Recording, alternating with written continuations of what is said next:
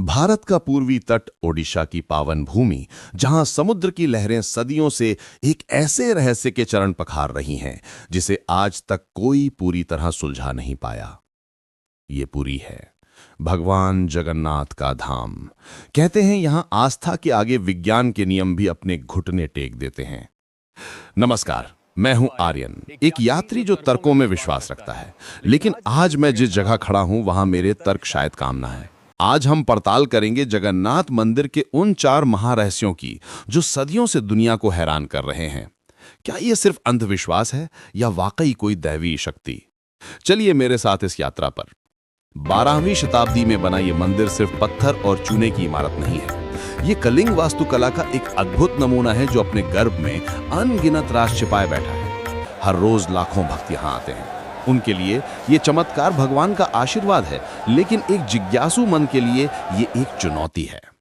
सबसे पहली चुनौती हमें मंदिर के शिखर पर ही दिखाई देती है। मंदिर के 214 फीट ऊंचे शिखर पर लहराता ये पतित पावन बाना। ये सिर्फ एक झंडा नहीं, बल्कि भौतिकी यानी फिजिक्स के नियमों को दी गई एक खुली चुनौती है। मैं इस वक्त जमीन पर हूं। जैसा कि आप देख सकते हैं, समुद्र तट पर दिन के समय हवा समुद्र से जमीन की तरफ बहती है। यह सामान्य विज्ञान है, लेकिन 200 फीट ऊपर वो ध्वज इस नियम को नहीं मानता। नीचे हवा पूर्व से पश्चिम बह रही है, लेकिन ऊपर झंडा पश्चिम से पूर्व की ओर लहरा रहा है। ऐसा कैसे संभव है? मैंने यहां के बुजुर्गों से बात की। उनका कहना है कि विज्ञान के अपने तर्क हैं, लेकिन यह हवा हजारों सालों से ऐसे ही बह रही है। क्या हर दिन हर मौसम में विज्ञान का नियम सिर्फ इसी मंदिर के ऊपर बदल जाता है? इस रहस्य को और गहरा बनाती है ये 800 साल पुरानी परंपरा। हर शाम एक पुजारी इस जानलेवा ऊंचाई पर चढ़कर ध्वज बदलता है। अगर एक दिन भी ये चूका तो मंदिर 18 साल के लिए बंद हो जाएगा। मैंने मौसम विशेषज्ञों से बात की। उनका मानना है कि मंदिर के विशाल ढांचे के कारण वहां एक स्थानीय विंड टनल या भंवर वोर्टेक्स बनता है जो हवा की दिशा बदल देता है। ये एक ठोस वैज्ञानिक तर्क है, लेकिन क्या एक भंवर इतना शक्तिशाली और इतना निरंतर हो सकता है कि वो साल के 365 दिन प्रकृति के नियमों को पलट दे? ये तर्क गले नहीं उतरता। यहां विज्ञान एक सीमा पर आकर रुक जाता है।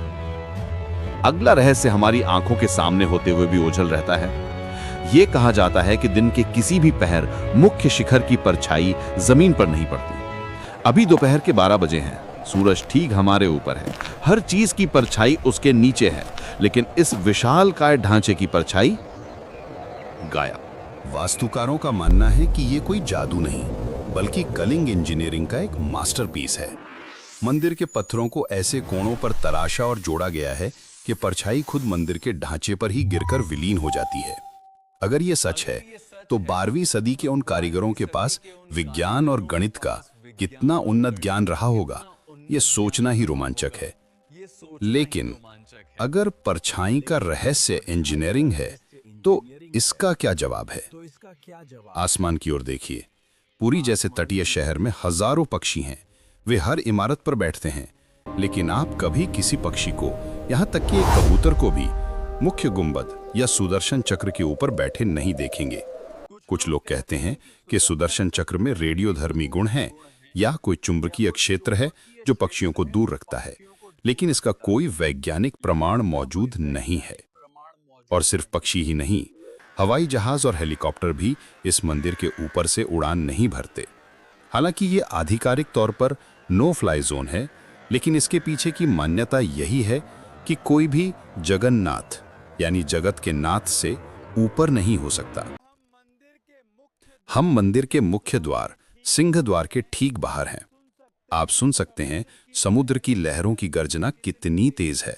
ऐसा लगता है समुद्र बिल्कुल पास में है। अब ध्यान से सुनिएगा। जैसे ही मैं इस देहरी को पार करूंगा, सन्नाटा। लहरों की आवाज पूरी तरह गायब हो गई है। ये अविश्वसनीय है। सिर्फ एक कदम का फासला और ध्वनि की दुनिया बदल गई। वैज्ञानिक कहते हैं कि ये अकूस्टिक इंजीनियरिंग का चमत्कार है। मंदिर की मोटी दीवारें और उनकी बनावट बाहरी शोर को पूरी तरह ब्लॉक कर देती हैं। ये किसी साउंड प्रूफ स्टूडियो जैसा है। लेकिन भक्त इसे समुद्र की मर्यादा कहते हैं। मान्यता है कि समुद्र की आवाज भगवान के विश्राम में खलल न डाले, इसलिए हनुमान जी ने यहाँ ध्वनि को रोक रखा है। हवा के विपरीत लहराता ध्वज, गायब परछाई, पक्षियों का न आना और वो खामोश दरवाजा। हमने हर रहस्य के पीछे वैज्ञानिक तर्क खोजने की कोशिश की। विंड टनल, उन्नत इंजीनियरिंग, अकूस्टिक्स। शायद वैज्ञानिकों के पास आज नहीं तो कल इन सब के जवाब होंगे। शायद ये सब उन्नत प्राचीन तकनीक ही हो। लेकिन क्या हर चीज का जवाब होना जरूरी है? जब आप यहाँ आते हैं और उन लाखों लोगों की आंखों में देखते हैं, तो आपको एहसास होता है कि प्रमाण प्रयोगशालाओं में नहीं बल्कि विश्वास में होता है। जगन्नाथपुरी का मंदिर एक ऐसी जगह है जहां विज्ञान की सीमाएं खत्म होती हैं और आस्था का अनंत महासागर शुरू होता है। ये रहस्य है और शायद इसे रहस्य ही रहना चाहिए।